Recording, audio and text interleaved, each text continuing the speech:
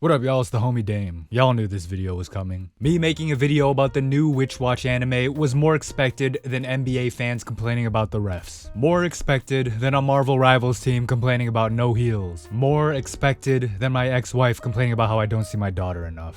No, I'm playing. One thing about me, I always take care of my kids. Don't ever get that twisted. You can call me a lot of things, but you can't call me a deadbeat. But yeah, today we're gonna be talking about the new Witch Watch anime that's been airing this season. I've talked about Witch Watch multiple times on this channel before. He was one of the first YouTubers to really gas the anime up, but you know, not to toot my own horn or anything. So yeah, I'm gonna talk about the anime for a little bit and then show some of y'all my reaction, commentary, highlights. Nothing more to say, pretty standard stuff, so let's just get into it. Witch Watch is a Shonen Jump manga written by Kenta Shinohara of Sket Dance fame, and this anime adaptation is produced by Byberry Studios of 100 Kanojo fame. They also did the Quintessential Quintuplet Season 2 and Azure Lane the Animation.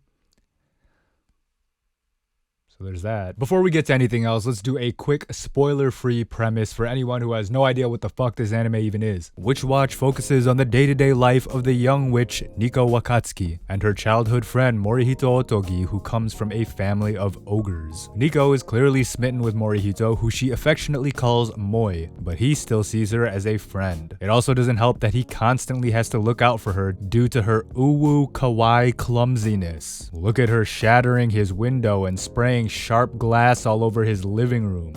What a quirky waifu, am I right? Moi acts as Nico's witch familiar, but we also see other characters in the series who also eventually end up being her protectors. Conveniently, all these young, goofy teenagers live together under one roof without any adult supervision. That's a recipe for comedy shenanigans! So yeah, that's the gist of the series, right? Early on, it follows like an episodic storytelling style, kind of like early Kaguya-sama. So it's like each episode is broken into multiple shorter stories. But without spoiling anything, of course, there is an overarching plot that gets pretty wild. That being said, comedy is definitely the main draw of this series. I know Witch Watch is bailed as a romantic comedy, but don't come in here expecting My Dress Up Darling or like The Dangers in My Heart. The way I see it, the romance is more of a bonus, so come in here and watch the show knowing that it'll be more will they, won't they than like straightforward progression. But yeah, the comedy in this series is second to none in my opinion. I mean, you'd expect as much from the dude who made Sket Dance. I think I talked about it the last time I made a Witch Watch video, but the comedy here is way more clever, witty, meta, and charming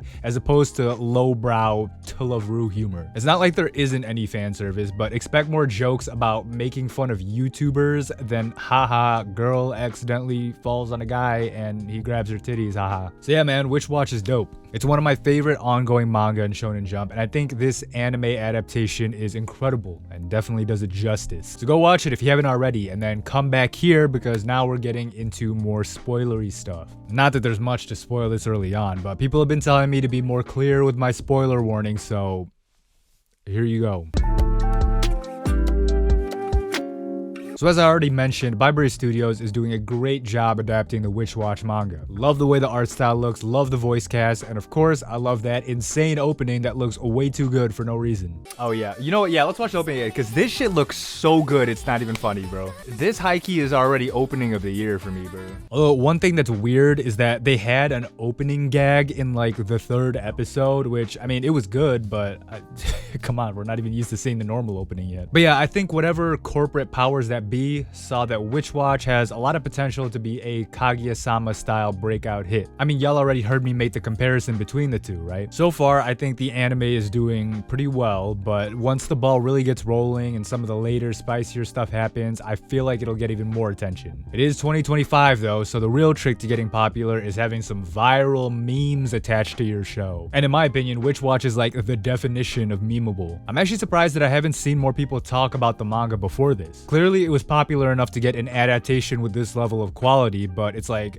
did y'all ever really hear people talking about this as a series before? Well, besides me. But anyway, as far as details about the series itself, you could probably just go watch this video I made to get the nitty-gritty details. What I want to talk about specifically here is this adaptation and how I think the public is reacting to it, I guess. Like I said, so far I think people generally like the show, and they should. The show feels exactly how I pictured it in the manga. It's whimsical, it's lighthearted, it's wholesome, it's clever. I think the way they animated the characters captures their appeal really well. I mentioned this in the reactions, but the color job that they did on Nico's hair, Hey man, inspired choice is all I'll say. The supporting cast all feel as lovable as they did in the manga too. Like Kanchi is great, you know, NEMU is great. And even though he hasn't officially joined the crew, at least at the time that I'm recording this video, Keigo is great too. It all just feels right, you know what I mean? And y'all know when I'm talking about adaptations, I can't go a second without mentioning Chainsaw Man. I know I promised I'd stop doing this, but I'm like that meme of the kid in class literally bursting. I can't stop mentioning the Chainsaw Man anime. The Witch Watch anime feels like the Witch Watch manga. The Chainsaw Man anime doesn't feel like the Chainsaw Man manga, even though the anime is good and looks good. In Witch Watch's case, it's not like they tried to go with some super unconventional art style or like some bold new interpretation. For all intents and purposes, this just looks like a standard slice of life anime aesthetic. But that's also what the manga feels like. Not that that type of art isn't good, but at least it feels familiar. Now don't get me wrong, I wouldn't have minded a different take or a new art direction like Chainsaw Man, but you'd have to make it good. Which I don't know, maybe Byberry Studios would have made it turn out alright. But it's also turning out pretty okay playing it safe with this art style that they're using now, and that's completely fine. I know, I'm sorry, I always gotta bring this up because people always misunderstand what I say about anime adaptations. It's not that people can't try new things. In fact, I love it when studios put their own spin on the source material, and I encourage people to do that too. That's what makes the medium of anime fun. If you're gonna adapt something into the anime format from the manga format, why not try something new? But it has to be good. That's the thing.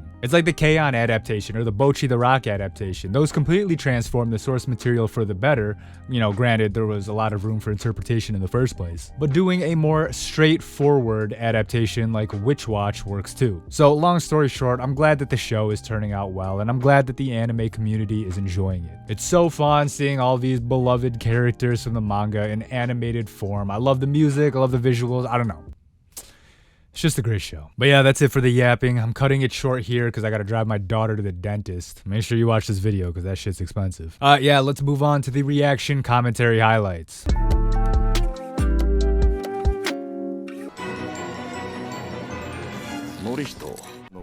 Oh my god, the recap. Do you guys remember all these events that happened last episode? All these exciting events?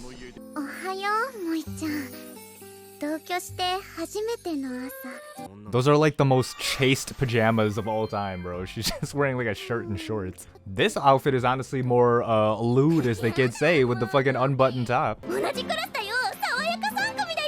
W class 3. The nonsense goes down in class 3. If you know, you know.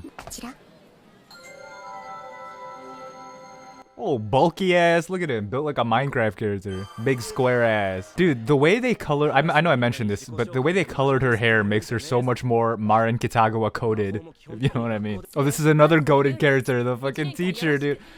Bro, all these memories of this series are coming back to me, bro. I'm talking about it like I watched it when I was 5 years old. Yeah, she's the otaku teacher. Oh my god, one of the best characters. Oh yeah, spoiler alert. The secrecy does not last long.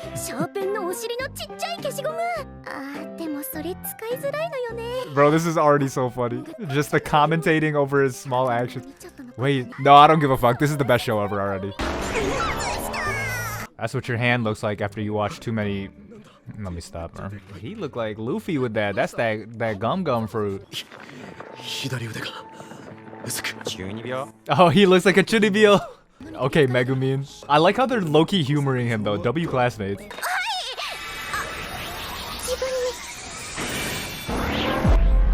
I thought it was just her ass, bro. I was like, dang, they gave Nico a BBL in the second episode. Oh, hell no. I thought, I'm sorry, yo. This is the best show of all time, maybe, that I've ever seen in my life. Oh,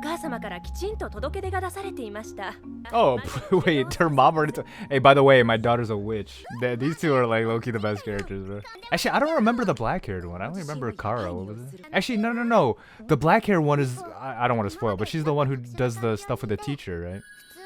That sounds crazy, but it's not. That's one of the best parts of the show. Like, the classmates are very wholesome. I like when anime does that. Because so many shows want to portray Japanese classrooms as like, oh, everybody's going to judge you for sticking out. Which is a very generalizing view. That's like making a assumption that all American high schools are like fucking Euphoria or something.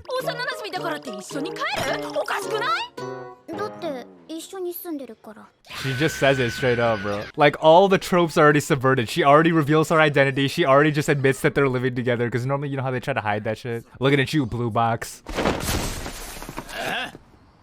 Why is he so square, dude? Honestly, dream physique. This is the ideal male form. If you don't like it, what's that mean? Turn me into a chair. Lock him up. Turn me into a chair is crazy. Cause y'all know what he thinking, bro. Let's not act like we don't know. Look at this satanic like sigil again. Shout out to Satan, shout out to Lucifer, but damn. Oh, the art looks good again, dude. Nah, this show is already like 10 out of 10, I'm not gonna lie. You could tell that there's effort put into it. I mean, yeah, it's a Shonen Jump series, so you know that they expect Shonen Jump series to do a little bit better than most. Baddie alert, baddie alert. Let me stop.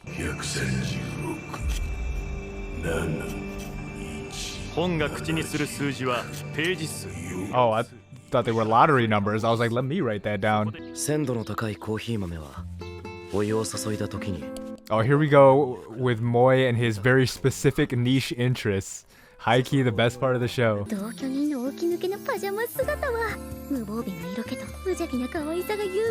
fact that they think this is a sexy outfit is so funny.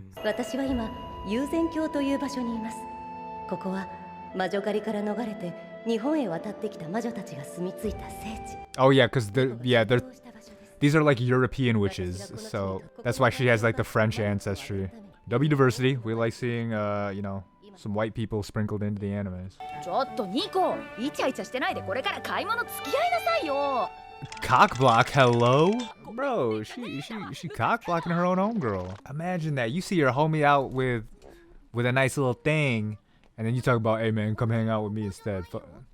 Honestly, you know what they be saying, bros before hoes. But not always, man. And that's it for Witch Watch. Can't wait to continue watching the season. If you'd like to join me, you can check out the full-length uncut reactions to this show and many others on Patreon. But if you enjoyed this video, consider leaving a like and subscribing, and also comment below who your favorite Witch Watch character is. I'm especially curious to hear what anime-onlys think, you know? Otherwise, that's the video. Peace.